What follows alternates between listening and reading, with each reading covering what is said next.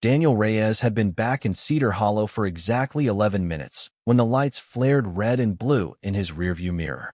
He hadn't even reached the town limit sign yet, the one that still read population 2,140, though he doubted that number had held true in years.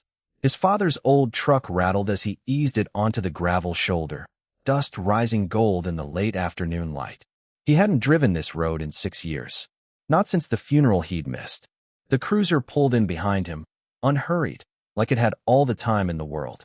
Daniel watched in the mirror as the door opened and a tall figure unfolded from it, broad-shouldered, sunglasses pushed up into dark hair, boots crunching gravel with the kind of walk that belonged to a man who had never once doubted his right to take up space.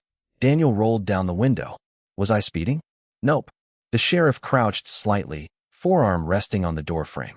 Up close, his eyes were a startling gray-green, and there was something in them, appraisal, maybe, or recognition, that made Daniel's pulse do something inconvenient. Taillights out. Left side. It wasn't out this morning. Well, the sheriff's mouth curved, not quite a smile. Things change. He asked for license and registration in a voice that was pure procedure, but his eyes lingered a half-second too long on the name printed there. Reyes. Something flickered across his face, there and gone, like weather passing over water. You're Robert Reyes's boy, he said. Not a question. I was. Daniel's throat tightened. He passed. Last spring. I know. The sheriff straightened, and for a moment the badge and the authority seemed to fall away, leaving just a man standing in the road at golden hour, looking like he wanted to say something he wasn't allowed to. I'm sorry for your loss, Mr. Reyes. Your father was a good man. You knew him? Everybody knew him. He handed the license back, fingers brushing Daniel's palm a half-second longer than necessary. Get that taillight looked at. I'll let this one go. That's it. No ticket? Not today. He was already walking back to his cruiser. Over his shoulder, almost too quiet to catch. Welcome home, Daniel. He hadn't given his first name. It happened again 3 days later. Then again the following week. Rolling stop at the four-way outside the feed store. A brake light that flickered, allegedly. Going 4 miles over on a road where the limit sign had rusted illegible years ago. Each time, the same cruiser. The same unhurried walk.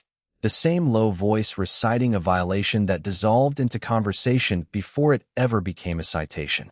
His name, Daniel learned from the gold stamp plate on the office door downtown, was Wes Calloway. Sheriff Wes Calloway, 34, apparently unmarried. A fact Daniel gathered not by asking, but by the careful way Loretta at the diner delivered it, unprompted, the way small towns delivered information they thought you needed. He's not from here originally, Loretta said, refilling Daniel's coffee without being asked. Moved in about 8 years back. Quiet sort.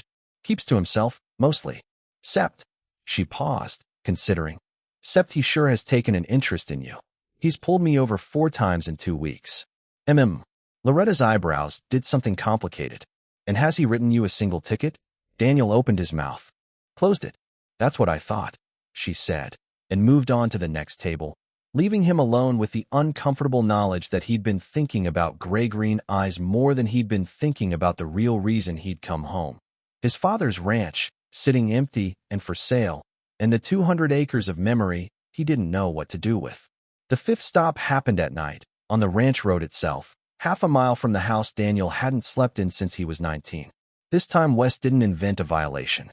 He just parked behind Daniel's truck, walked up, and stood there with his hands in his pockets like a man who'd run out of pretexts and hadn't decided what to do about it. You gonna tell me why you keep doing this? Daniel asked through the open window. His heart was going too fast for a conversation about taillights. Wes looked down the dark road, toward the shape of the old house against the stars. There's been some activity out this way. Trespassing. Trucks coming through at odd hours since the property went up for sale. I wanted to make sure you knew the road, knew who to call, before you were out here alone at night. That's what a phone call's for. Would you have picked up a phone call from me? Daniel didn't have an answer for that. The honest one. Yes, immediately, every time. Felt like too much to hand a stranger in the dark, sheriff's badge or not. Wes exhaled, and something in his shoulders dropped, like a man setting down a weight he'd been carrying since Daniel's truck first crossed the town line. There's someone interested in your father's land who I don't trust, he said. Cattleman named Purcell. He's been trying to buy up half the county for a development deal, and I think he wants your acres bad enough to make problems for you if you don't sell quick and quiet. I didn't want to scare you with paperwork and accusations before I had proof. So I've been checking on you. Badly, I'll admit. Not exactly subtle. You could have just said that at the funeral you apparently attended. You didn't come to the funeral. It wasn't an accusation. It was quieter than that. Almost gentle, the way you'd hand someone something breakable. I stood in the back of that church wondering what kind of a son doesn't bury his own father, until your dad's lawyer told me you'd been overseas, couldn't get a flight home in time. I felt like a fool for thinking the worst of you before I even knew you. Daniel's hands tightened on the wheel. You thought about me. Before I ever came back. Your father talked about you. Wes's jaw worked, like the words cost him something. Every week, for years. Showed me pictures. Told me about your job. Your life out there. I think, he stopped himself. You think what? I think I fell a little in love with the version of you your father described, Wes said, low, like a confession dragged out of him against his will, long before I ever pulled you over for a taillight that wasn't broken. The night was very quiet.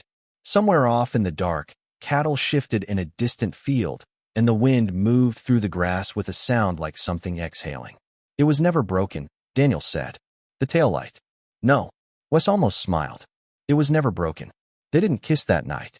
Wes walked Daniel to his door, made him promise to lock it, and lingered on the porch a moment too long before driving away.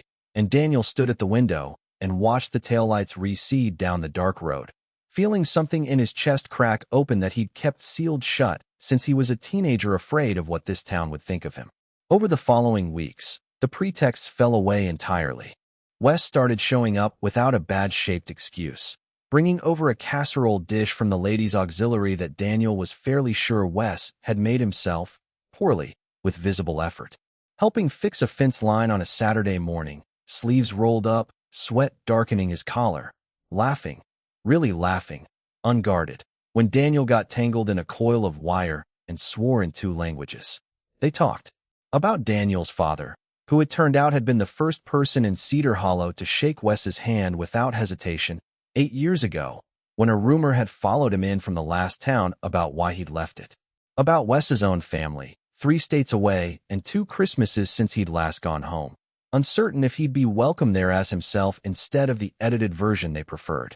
About the particular loneliness of being the only out man in a county the size of a postage stamp, of learning to read a room before you dared exist honestly in it.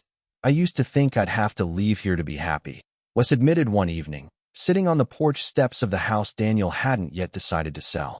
Then your father started showing me pictures of his son who left for the city and made something of himself, and I thought, maybe some of us have to leave to find out what we actually want, and maybe some of us have to come back to it. Is that a metaphor? Daniel said, or are you asking me not to sell the ranch? Wes huffed something that was almost a laugh, almost something rawer than that. Little bit of both, maybe. Daniel looked out at the land, the fence they'd mended, the fields gone gold with evening light, the house that held every memory of a father he hadn't said goodbye to in time. And beside him, a man who had spent weeks inventing reasons to see him, too careful and too honest to simply say, I want to know you out loud, until the truth ran out of hiding places. I looked up Purcell's development company, Daniel said. You were right not to trust him. He's been buying up water rights all through the valley. My dad's parcel is the last piece he needs, and he's been leaning on the county commissioners to condemn access roads if owners won't sell. Wes's jaw tightened. How long have you known? Since yesterday.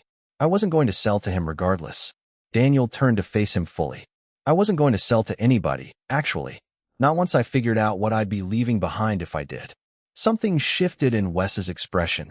Hope. Unguarded and almost painful to watch. The kind a man only allows himself when he's stopped expecting to be disappointed. The land. The land, Daniel agreed. Then, quieter, closing the distance between them on the step. You. The kiss, when it finally came, wasn't cinematic or sudden. It was slow the way the whole summer had been slow. Wes's hand coming up to cradle Daniel's jaw like he was something that might startle and run. Daniel leaning into it, because for the first time in years he didn't want to run at all. It tasted like the coffee they'd both been nursing too long and the dust of a day spent working the land side by side.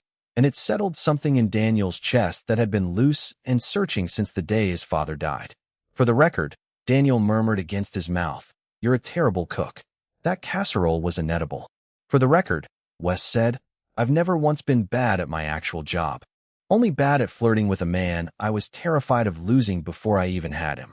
They stopped Purcell's development deal 3 weeks later. Daniel's father's land records, combined with Wes's careful, months-long documentation of the man's illegal water rights maneuvering, were enough to bring in the state attorney general's office. The county commissioners who'd taken his money quietly resigned. Cedar Hollow, small and slow and unhurried as it was, held its own kind of justice when it finally got there. Daniel didn't sell the ranch. He fixed the roof, planted his father's old garden back into rows, and hung a new porch light that stayed on every night, waiting for a particular truck to turn down the drive. Wes still pulled him over sometimes. Habit, or excuse, or the particular tenderness of two men who'd once had to invent reasons to want each other out loud. But there was never a ticket. There never had been. There was only ever the reason he'd never quite said until he didn't have to hide it anymore. "I wanted an excuse to see you. I wanted, from the very first taillight that was never broken, to find out if you might want to stay." He had. He did. He would, for as long as Cedar Hollow's roads led home.